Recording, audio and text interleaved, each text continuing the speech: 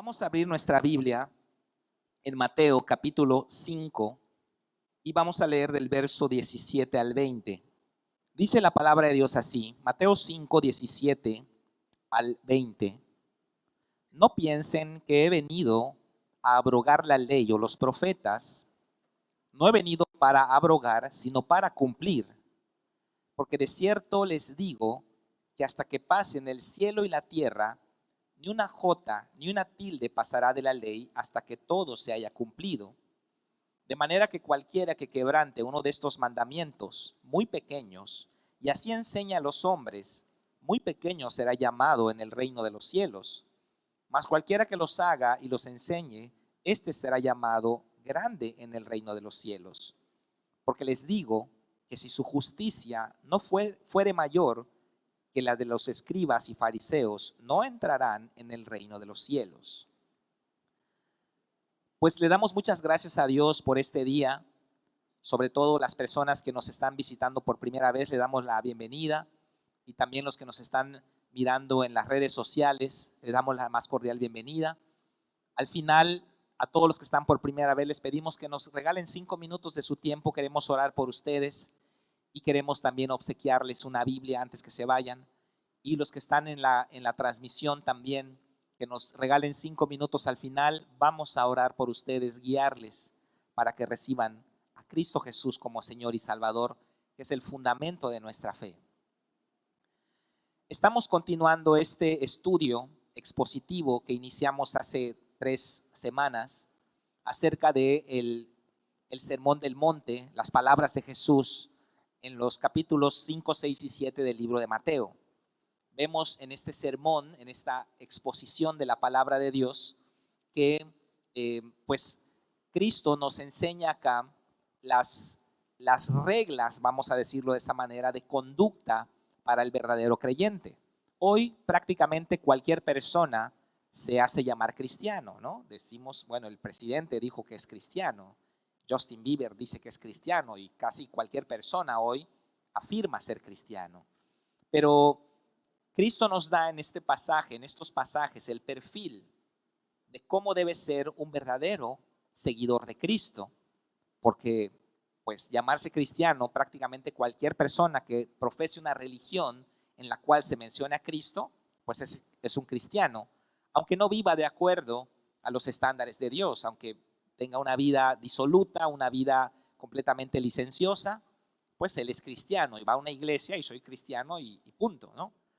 No, lo que Cristo nos está diciendo acá, en este sermón, nos está dando las cualidades, las características, el perfil de un verdadero seguidor de Jesús y cómo deben ser aquellos que queremos serlo. Nosotros que estamos en este camino de discipulado, de querer ser un verdadero discípulo de Cristo, pues aquí, Mateo 5, 6 y 7, lo que se le conoce como la ley de Cristo, pues aquí nos dice cómo. Y nosotros debemos de aprender a alinear nuestra vida a los estándares de Dios y no pretender que Dios se alinee a nosotros.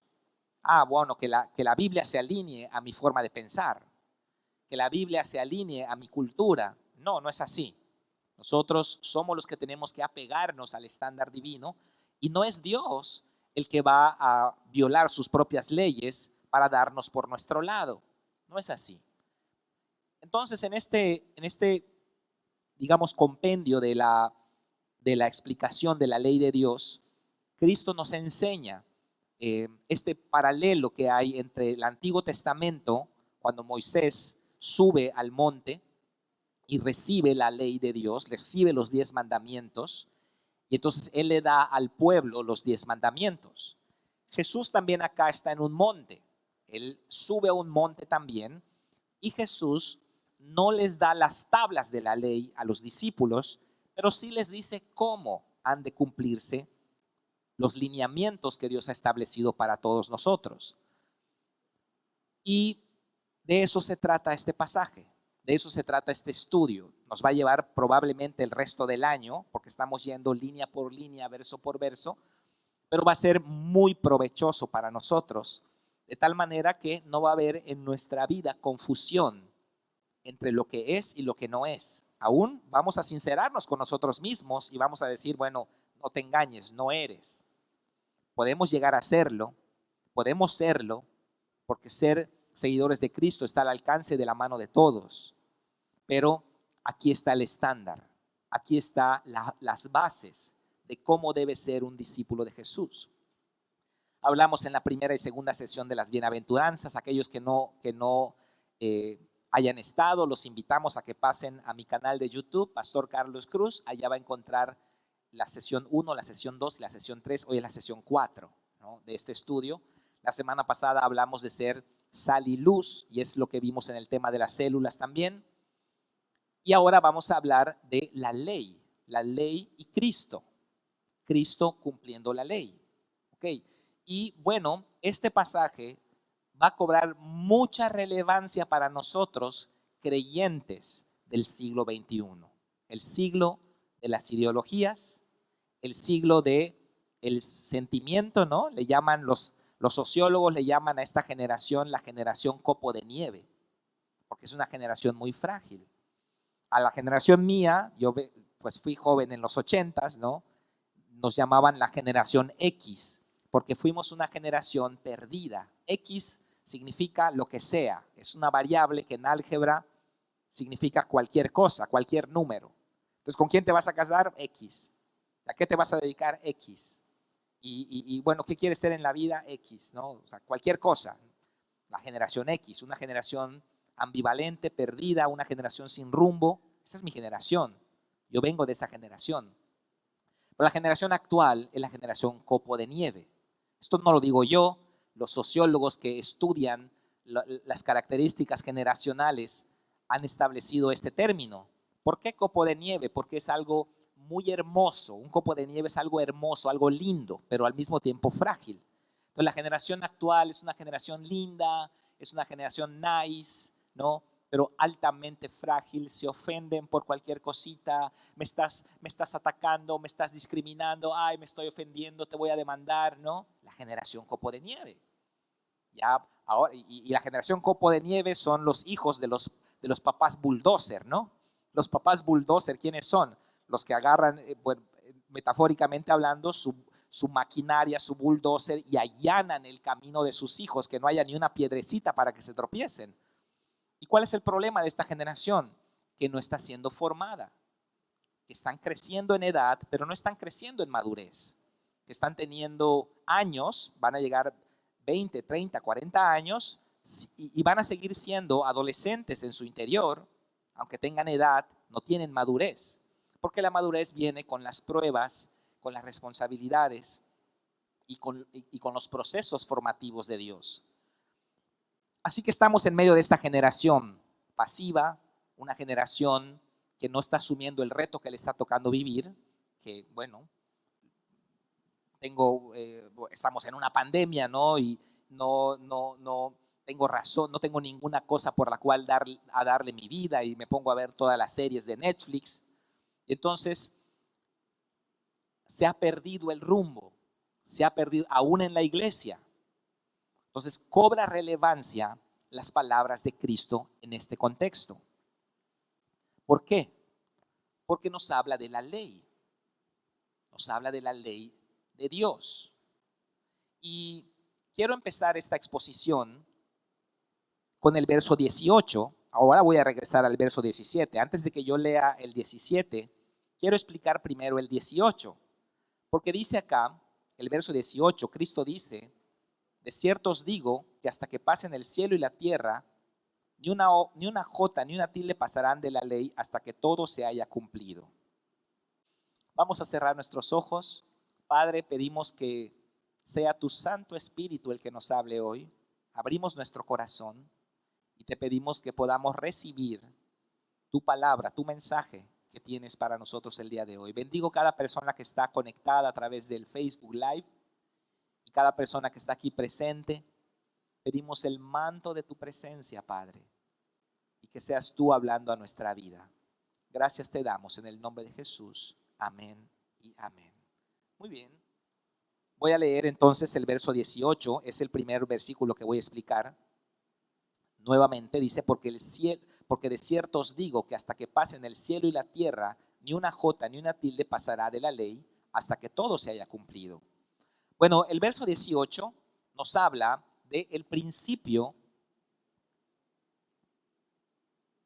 el principio absolutista de la ley de Dios. Digámoslo así, es la inmutabilidad de la ley de Dios.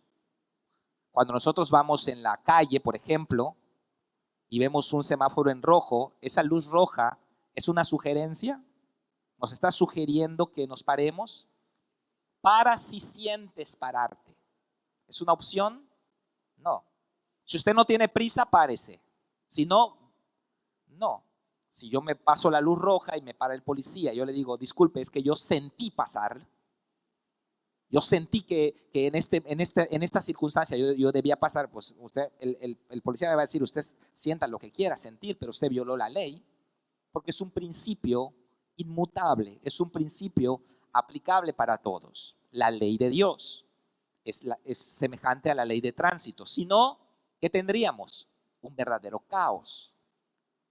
Gente que cumple la ley solamente cuando quiere y la viola cuando quiere violarla, ¿no? Entonces tendríamos accidentes, tendríamos problemas y entonces sería un completo caos. De hecho, los accidentes por eso son, porque alguien no cumplió la ley. Alguien se pasó de los límites que establece la ley. Entonces la ley nos establece un estándar. La ley de Dios es un estándar absoluto. No va a cambiar. No va a cambiar por usted, no va a cambiar por mí, no va a cambiar bajo ninguna circunstancia. Es como la ley gravitacional. La ley gravitacional no va a cambiar por usted. Si usted es una linda persona y se sube al tercer piso de este edificio y se avienta, usted va a morir. Aunque sea una linda persona, aunque sea un creyente, usted va a morir. Porque se está aplicando una ley para usted y para mí. Y eso es el principio de la inmutabilidad de la ley de Dios. La ley de Dios es un estándar absoluto, no cambia. Y Cristo acá nos está diciendo que el cielo y la tierra pasarán, pero sus palabras, su ley, la ley de Dios no va a pasar. Ahora regresamos al verso 17. No piensen que he venido a abrogar la ley o los profetas. No he venido para abrogar, sino para cumplir. En este versículo, Jesús nos está diciendo, parece que Jesús, anticipándose a nuestra generación, sabiendo que los hombres del siglo XXI, habiendo creído en Cristo, seguiríamos siendo subjetivos, seguiríamos siendo espiritualistas, seguiríamos siendo relativistas. Él nos dice, no vine a abrogar la ley. No piensen que vine a cancelar la ley, porque eso es lo que muchos creen, que los 10 mandamientos ya no aplican para hoy. Que el Antiguo Testamento, bueno, eso era el Antiguo Testamento, ahora ya no aplica para hoy. La palabra abrogar viene del griego katalúo, que significa desintegrar, demoler, destruir o disolver. Eso significa, Jesús dice, no piensen que vine a disolver la ley. Ahora, ¿cuál es el mensaje de la iglesia del siglo XXI? Jesús te ama, Dios te ama, Él quiere bendecirte, Él quiere prosperarte, Él quiere ayudarte, Él quiere darte todo. Sí, completamente de acuerdo. Es un mensaje bíblico y es un mensaje correcto. El problema de un mensaje de ese tipo, si yo les predico las bendiciones de Dios y les predico el respaldo de Dios y las promesas de Dios, pero no les hablo de su responsabilidad de ser obediente a Dios, de arrepentirse y caminar en los estatutos de Dios. Si yo no le hablo de eso, mi mensaje es humanismo. Es un mensaje humanista, es un mensaje lindo, es un mensaje motivacional. La gente va a gritar aleluya, amén, pero yo no le estoy diciendo la verdad completa. Y usted va a salir pensando, ¿qué dice la Biblia? Que soy un campeón, que soy esto, que soy lo otro. Y usted se va a enfrentar al fracaso en su vida cuando no obedece al Señor. Así que sí creo en la bendición. Yo creo incluso en la doctrina de la prosperidad porque es bíblica. Pero si sacamos la responsabilidad humana de obedecer, de arrepentirse y obedecer, entonces estamos predicando puro humanismo.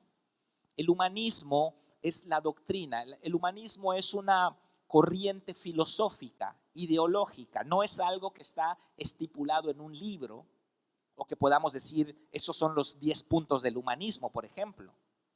El humanismo es una ideología, una idea, un conjunto de ideas implantadas en la mente a través de los medios, a través de las comunicaciones, a través de la cultura, en la cual esa filosofía es poner siempre al hombre en el centro.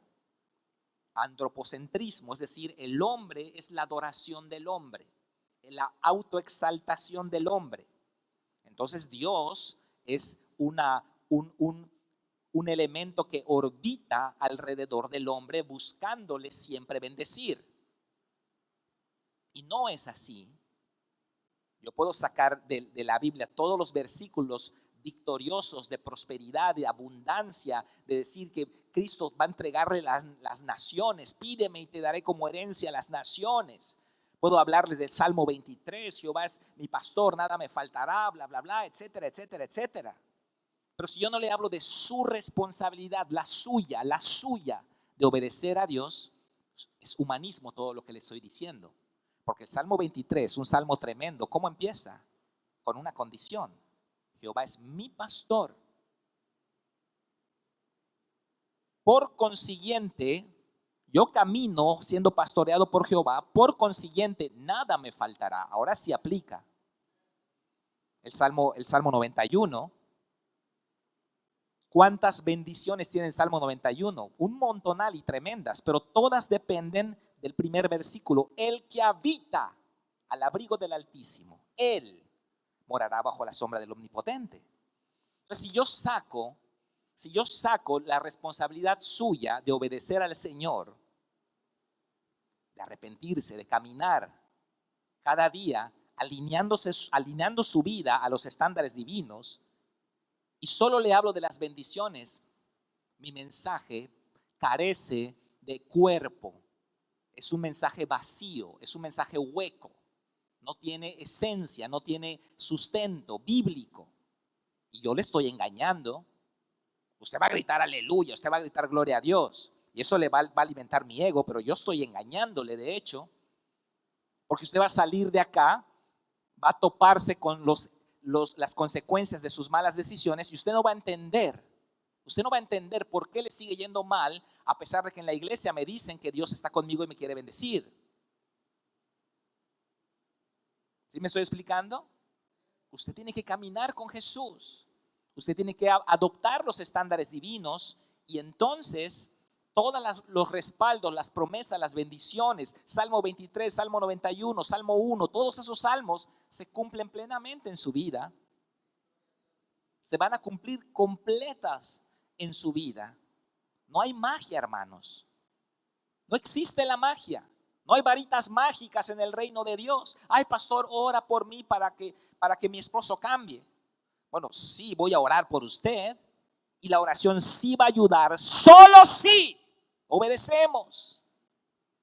La oración ayuda cuando yo me sujeto al estándar de Dios. Yo soy el que tiene que caminar, no Dios va a violar sus leyes para bendecirme a mí. Entonces, cuando yo predico un mensaje humanista, tácitamente yo estoy diciendo que Dios es como el genio de la lámpara. Porque al genio de la lámpara no le interesa su vida. El genio de la lámpara, usted frota la lámpara, sale y le cumple 3 deseos. Entonces, cuando yo predico ese mensaje, yo estoy diciendo implícitamente que Dios es como el genio de la lámpara.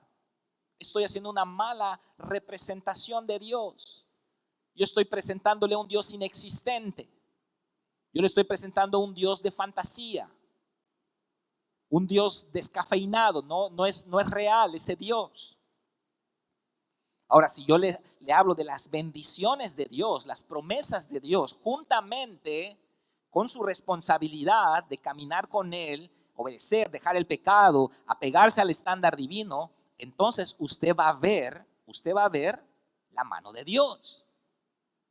Pero si yo vengo a la iglesia, gloria a Dios, aleluya, me quiere bendecir, me quiere prosperar, pero yo no cambio mi vida y no veo sino los aguijones en el mundo, va a haber un conflicto. ¿Y qué es lo que uno va a decir? No es cierto lo que dice la Biblia. No es cierto lo que está escrito. No es cierto lo que dijo el predicador. Es pura faramaya. Es pura fantasía. Pero no es eso. Simplemente uno tiene que aplicarse. Así que Jesús nos dice acá, no piensen que yo he venido a cancelar la ley, a abrogar la ley. Yo no he venido a abrogar la ley. Yo no vine a decirles, chicos, listo, ya morí en la cruz yo, sus pecados son perdonados, aleluya, gloria a Dios, fiesta. No, dice acá, yo he venido, no he venido para abrogar, sino para cumplir. La palabra cumplir es el griego preló, que significa llenar algo hasta arriba, es decir, llenar. Yo he venido para completar, para satisfacer, para llenar la ley. Porque Jesús, Él nunca va a pedirnos algo que Él no haya hecho primero. A usted no le gusta descansar un día a la semana, ¿no? Trabajar. Y Dios le pide que descanse un día. El domingo debe ser un día donde le ponemos pausa a nuestra vida secular y nos dedicamos al Señor. Venga a la iglesia, tome sus cursos, salga con su familia a comer, vayan a la playa, no sé, juegue con sus hijos en la calle, en el parque. En la tarde medita en la palabra de Dios, escuche otra prédica de otra iglesia, no sé. Pero el domingo, el día debe ser reservado para Dios. Y nosotros, Dios descansa el séptimo día, ¿no? ¿Por qué lo hizo? ¿Por qué Dios descansó? Si Él es Dios y Él no se cansa. ¿Sabe por qué lo hizo? Porque se lo iba a pedir a usted que lo haga. Y Dios no hace nada, Dios no le pide nada que Él no haya hecho primero. Jesús se bautizó y el bautizo de Juan era para perdón de pecados, pero Jesús nunca había pecado. ¿Por qué Jesús se bautizó? Porque se lo iba a pedir a usted que lo haga. Y Él no hace nada, Él no le pide nada que no haya hecho primero. Entonces Jesús viene a cumplir la ley y a mostrarnos cómo se cumple la ley, a ponerse Él como ejemplo para cumplir la ley de forma práctica. Y esto es lo que nos dice este versículo. Él completó las justas demandas de la ley divina, y Él ahora nos dice a nosotros cómo lo debemos hacer. 18, porque de cierto os digo que hasta que pasen el cielo y la tierra, ni una jota ni una tilde pasará de la ley hasta que todo se haya cumplido. ¿Ya pasó el cielo y la tierra, hermanos? No. Todavía hay cielo, todavía hay tierra. Por lo tanto, la ley no ha cambiado. Y dice acá, ni una jota ni una tilde. La letra iota era la letra, el carácter más pequeño del alfabeto griego, que corresponde a la yod del alfabeto hebreo, que son una rayita y un puntito, como la J. Y la tilde, sabemos que una tilde es como un acento, ¿no? Las vocales en español, algunas llevan acento, que es una rayita chiquitita. Entonces Jesús nos está diciendo acá que aún los aspectos más pequeños de la ley, los que nosotros pudiéramos considerar insignificantes, no han pasado, no han caducado, porque Jesús acá nos está hablando de la ley moral de Dios. Nosotros pudiéramos pensar, bueno, ¿cuál es esa ley? ¿No acaso dice el Nuevo Testamento que ya no estamos bajo la ley. El libro de Hebreos nos habla muchas veces que ya caducó el antiguo pacto. Entonces, ¿a qué se está refiriendo esto? Jesús, hay dos aspectos importantes de la ley. Uno que es la ley ceremonial y el otro es la ley moral de Dios. La ley ceremonial se refiere a todos los aspectos religiosos que había en la religión judaica, digamos, en el sacerdocio levítico. Pudiéramos decir los sacrificios de los corderos, las vestiduras sacerdotales, la adoración en el templo, etcétera, ¿no? Son muchos aspectos físicos. Jesús, esa ley, como un anuncio del Cordero de Dios, esa ley ya caducó. ¿Por qué? Porque por ejemplo, el Cordero de Dios, que se sacrificaba en la Pascua cada año, pues ¿qué es lo que hacía? Estaba anunciando que el Mesías, el verdadero Cordero, iba a venir un día y entonces él iba a pagar el pecado por todos. Y cuando llegó, Juan el Bautista lo declaró: he aquí el Cordero de Dios que quita el pecado del mundo. Entonces, una vez llegado el Cordero genuino, el verdadero, el real, ya no se necesita entonces la figura profética, ya no se necesita el anuncio, la sombra de la realidad que ya es Cristo. Ese aspecto ceremonial caducó. Por eso cuando Cristo muere en la cruz, se rasga el velo del templo, dando el Espíritu Santo a entender que ya terminó todo ese esquema, digamos, de elementos físicos, esotéricos, ceremoniales, pertenecientes a la religión judaica.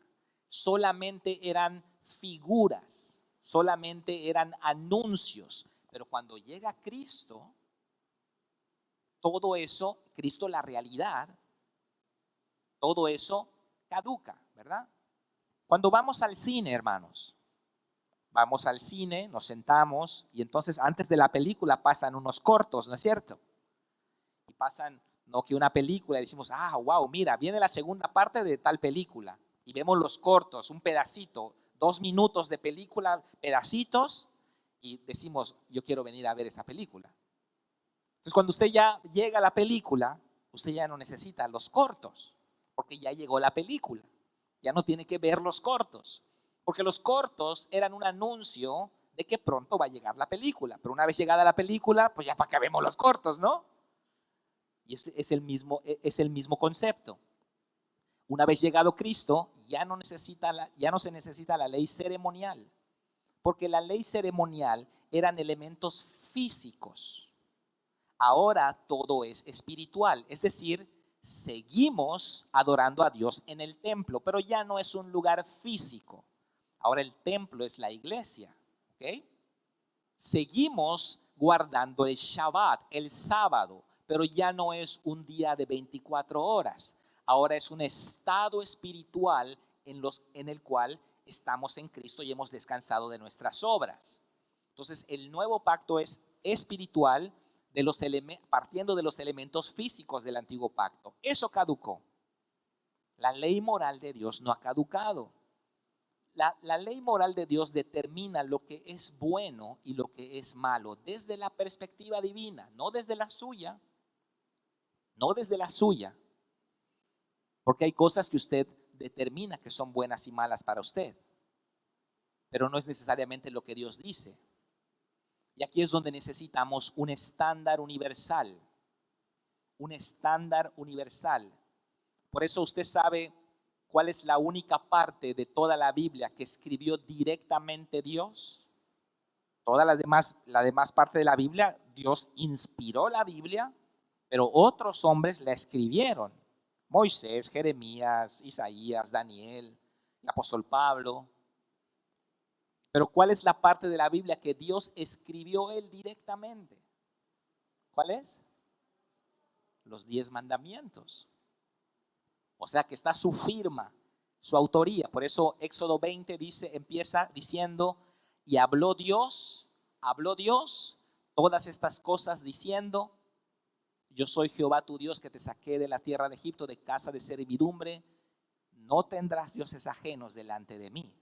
Pero los 10 mandamientos no son la opinión de Moisés, no son la cultura hebrea, no vinieron de una idea de algún gobierno. Los 10 mandamientos son la opinión de Dios. Lo que usted piense es irrelevante. Si usted cree que mentir en esta circunstancia es bueno, usted está equivocado.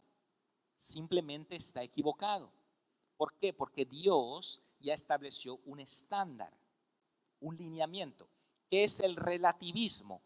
El relativismo es cuando nosotros determinamos lo que es bueno y malo de acuerdo a nuestra opinión. Para mí es bueno tener otra mujer. ¿Por qué? Porque la mía no me entiende, porque la mía me trata mal y ella me trata bien. Entonces, para mí es bueno tener otra mujer. Pero eso es ser relativista, porque el relativismo, cada quien decide lo que es bueno o lo que es malo para sí mismo. Cada quien determina el bien y el mal desde su propia perspectiva, según su estado, según su conveniencia, según sus sentimientos, según sus emociones o según lo que él quiere hacer. Ahora, pero ¿qué va a pensar el esposo de la otra mujer? Para él no va a ser bueno, ¿verdad? Entonces, en el relativismo, lo que es bueno para mí atropella lo que es bueno para otro. Imagínese una sociedad relativista, que es la sociedad en la que vivimos, donde todos deciden lo que es bueno o malo para sí. Para mí es bueno tomar este dinero que no es mío. Para mí es bueno tomar esta mujer que no es mía. Para mí, en esta circunstancia, es bueno mentir. No voy a decir la verdad, porque si digo la verdad me va a costar dinero. Y en este caso, para mí es bueno mentir. Y entonces cada quien decide lo que es bueno y lo que es malo para sí mismo. Esa es la consecuencia de que los primeros hombres comieron del fruto del árbol, del conocimiento del bien y del mal, y ahora ya no necesitamos a Dios para determinar lo que es bueno o malo para nosotros. Por eso en el verdadero discipulado, nosotros le regresamos a Dios el conocimiento del bien y del mal. Yo no soy Dios. Yo no tengo el panorama completo para decir qué es bueno o qué es malo. Para mí, en esta circunstancia, sería bueno mentir. Pero ¿qué es lo que dice Dios? El relativismo es la vida del hombre sin Dios. Y muchos en la iglesia siguen siendo relativistas, porque ellos siguen decidiendo lo que es bueno o malo para sí mismos. No, la ley moral de Dios es un estándar absoluto. No cambia por usted, no cambia por mí. Tenemos que apegarnos a ese estándar. Y cuando nos apegamos es cuando empezamos a ver que la vida de Dios empieza a fluir en nosotros. Nos vamos a dar cuenta que no es no es nosotros quienes estábamos esperando que Dios cumpla su promesa. Nos vamos a dar cuenta que era Dios que estaba esperando que nosotros nos alineemos a Él. Podemos ver la mano de Dios en la oración, hermanos. Podemos ver la mano de Dios en la oración. Podemos ponernos a orar, por ejemplo, para que Dios nos dé un trabajo o se solucione un problema en la empresa o no sé. Y en la oración vamos a tener un tiempo, digamos, de negociar con Dios, ¿no? Vemos este ejemplo en la Biblia, que hay hombres que han entrado en una negociación con Dios. El mismo Jesús, estando en el Getsemaní, oró 3 veces: Padre, quita de mí esta copa. Pero cuando se definió la voluntad de Dios, Jesús dijo: bueno, ya listo, tu voluntad es que yo vaya a la cruz. O sea que la voluntad de Dios no era el ser mártir, ¿no? Jesús no quería ser mártir, Jesús quería obedecer, completamente distinto. Entonces, nosotros pudiéramos tener algunas bendiciones de Dios por medio de la oración, porque la oración de fe, dice la Biblia, va a hacer que Dios nos bendiga, la oración de fe. Pero nada supera a la obediencia. En la obediencia, ¡boom!, en el momento que usted obedece, en ese momento, ¡boom!, instantáneamente, Dios abre su reino, interviene con su mano y le bendice sin que usted ore, sin que usted abra la boca. En el momento en que usted obedece, en ese momento, sin que usted tenga que orar, Dios interviene porque Dios está deseoso, ansioso por bendecirle a usted y por bendecirme a mí. Por eso Jesús nos dice acá, yo no vine a quitar la ley. El nuevo pacto no quita la ley, hermanos. El nuevo pacto lo que hace es que nos da el poder para cumplir la ley. Pero la ley no es quitada. Tenemos esta corriente llamada antinomianismo. Esta corriente es una corriente eclesiástica, está dentro de la iglesia, no está en el mundo como el humanismo es del mundo. El antinomianismo es una corriente eclesiástica, está dentro de la iglesia. Esta corriente dice, puesto que somos salvos por la fe sin la mediación de buenas obras, entonces ya no tenemos que hacer obras. Y como la obediencia a los mandamientos son obras, entonces es irrelevante hacer obras. Esta forma de predicar el evangelio es muy común hoy en día. Ya no importa, es irrelevante. No importa que obedezcas o no obedezcas, total, tú ya eres salvo, tú ya eres hijo de Dios, tú ya naciste de nuevo, tú ya entraste al reino de Dios. Ahora, digo, diezma si quieres, hazlo. Y entonces todo lo filtramos por el sentir. Entonces uno, ¿qué es lo que hace? No siento ir a la iglesia, no siento perdonar. Entonces uno filtra todo por su propio sentimiento y eso es un relativismo escandaloso, ¿no? Y esta corriente surgió en tiempos de Lutero, ¿no? Ustedes saben que antes de Lutero, en el siglo XVI, estaba toda esa religiosidad tan tremenda, ¿no? Que todo era rituales, ceremonias, adoración a imágenes, a santos, todo era digamos, el romanismo europeo del siglo XVI, de la Edad Media. Viene Lutero, predica la salvación por la fe y wow, ¿no? Todos abren la mente, ¿no? Algo tremendo. Pero hubieron personas que se fueron al extremo. Uno de ellos, un discípulo de Lutero, se llamó Johannes Agrícola. Este hombre empezó a predicar esto, antinomianismo. La palabra significa en contra de la ley. Anti, en contra, nomos, ley. Antinomianismo, en contra de la ley. Entonces este hombre empezó a decir, puesto que somos salvos por la fe, ya no tenemos la obligación de obedecer los mandamientos de Dios. ¿Y qué es lo que vino? Un completo desorden, como también hoy vemos hoy en día. Hoy en día hay pastores divorciándose, hay gente que está sirviendo en los ministerios y tienen otra relación o viven en unión libre, porque son antinomianos, porque piensan que solamente haber recibido a Cristo es lo único que importa. Pero un par de décadas más tarde viene la Confesión de Westminster, que es donde se establecen ciertos parámetros para la reforma en Inglaterra. Y la Confesión de Westminster resuelve ese conflicto entre la ley y la salvación. Y entonces dice esta confesión, es la forma en que yo lo creo, dice que la salvación no es por obras, la salvación es por fe, por la fe en Jesucristo. Pero eso no quiere decir que no tengamos que portarnos bien. Los 10 mandamientos no son para salvación, pero sí son para santificación. No son para justificación, porque eso solamente viene cuando creemos en Cristo y le recibimos como Señor y Salvador. Pero los 10 mandamientos son esa regla de justicia para el verdadero creyente. Entonces usted tiene que, una vez salvo, tiene que caminar en estos mandamientos. Jesús utiliza acá estos adjetivos de referirse muy pequeños, pero no es que haya mandamiento pequeño. No hay mandamiento pequeño. La palabra pequeño en el verso 19 es el áxito, que significa diminuto, minúsculo, insignificante. Pero no hay mandamiento diminuto, insignificante. Lo que está haciendo Jesús acá, está usando un sarcasmo. Jesús está como diciendo, está en un tono irónico Jesús. ¿Qué es lo que está diciendo Jesús?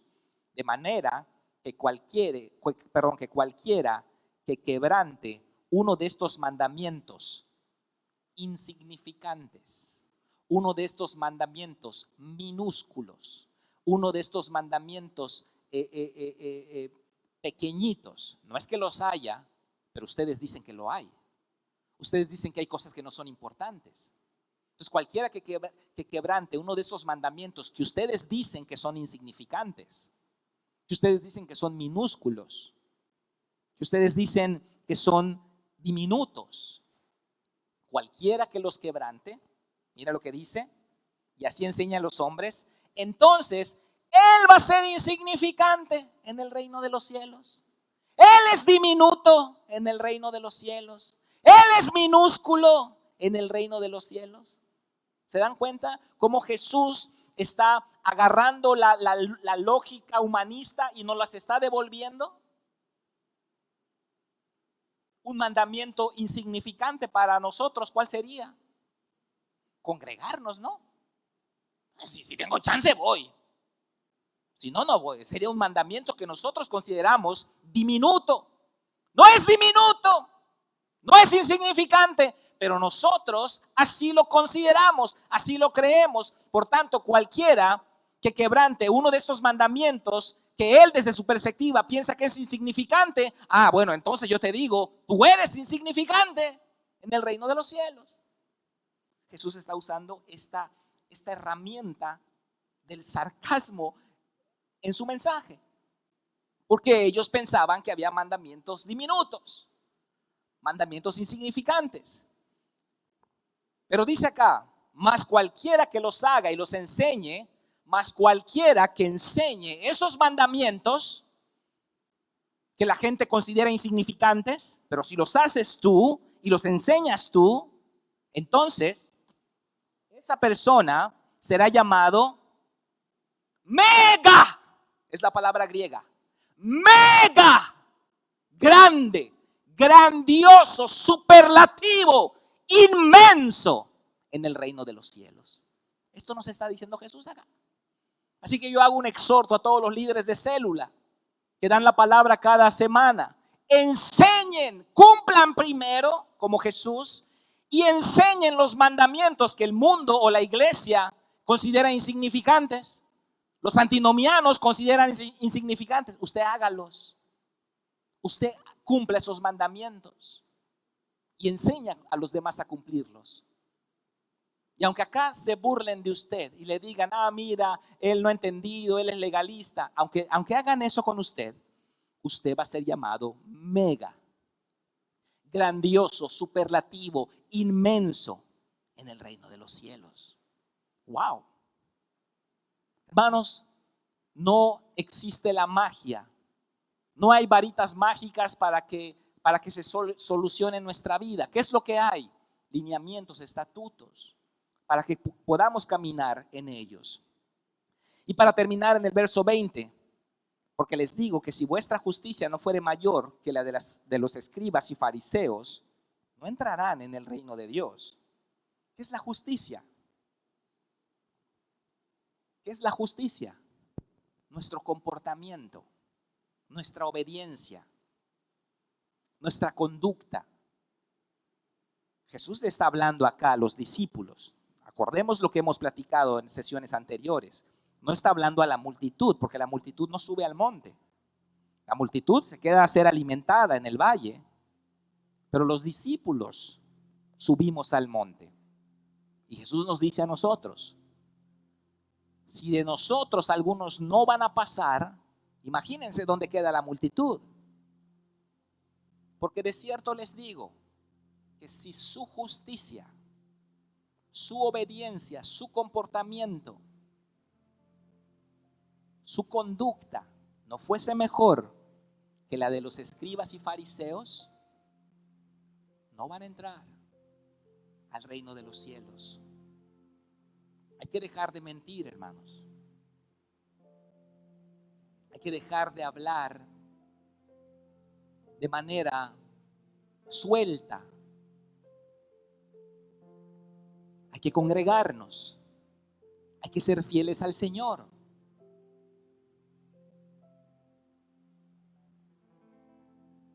Esto es lo que nos está diciendo Jesús acá. Los escribas y los fariseos, ¿no? Ellos cumplían escrupulosamente cada centímetro de la ley. Nada más que tenían un problema ellos. Y aquí es donde no debemos caer nosotros. Que se volvieron legalistas. Olvidaron la misericordia, el amor. Y ellos solo se volvieron legalistas. Y entonces Jesús les dijo, ustedes cuelan el mosquito y se tragan el camello. Porque cumplían escrupulosamente cada aspecto de la ley, pero se olvidaban de lo más importante: amar a Dios con todo su corazón, hacer las cosas por amor. Entonces Jesús nos dice a nosotros, los discípulos creyentes del siglo XXI, sigue vigente la ley. ¿Qué es lo que cambió? La forma como se cumple. Por eso dice el nuevo pacto. Este es el pacto que haré con ellos, dice el Señor, con la casa de Israel, con la casa de Judá. En aquellos días pondré mi ley en su mente y sobre su corazón la escribiré. No la voy a abrogar, no la voy a caducar. Ya no va a estar afuera en una pared de piedra, ahora va a estar adentro en tu corazón. En un proceso, no inmediato, en un proceso continuo de obediencia. Cada vez que usted obedece, la ley de Dios se escribe en su corazón, para que sea natural para usted cumplir la ley de Dios. Por eso también Ezequiel 36 nos recuerda: quitaré de ellos el corazón de piedra y pondré un corazón de carne, y pondré mi espíritu en ellos, para que anden en mis estatutos y los pongan por obra. Eso es lo que quiere hacer el Espíritu Santo en su vida y en mi vida. ¿Cómo lo va a hacer? Camine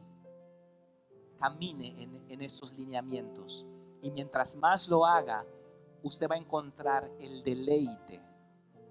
Encontramos deleite en el pecado, ¿verdad?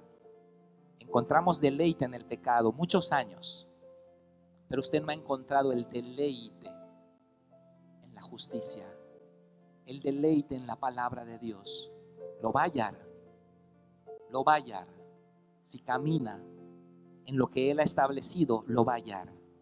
Y su justicia, su conducta, su obediencia, su comportamiento va a ser superior al de aquellos que crucificaron a Jesús, aunque sabían la Biblia de memoria.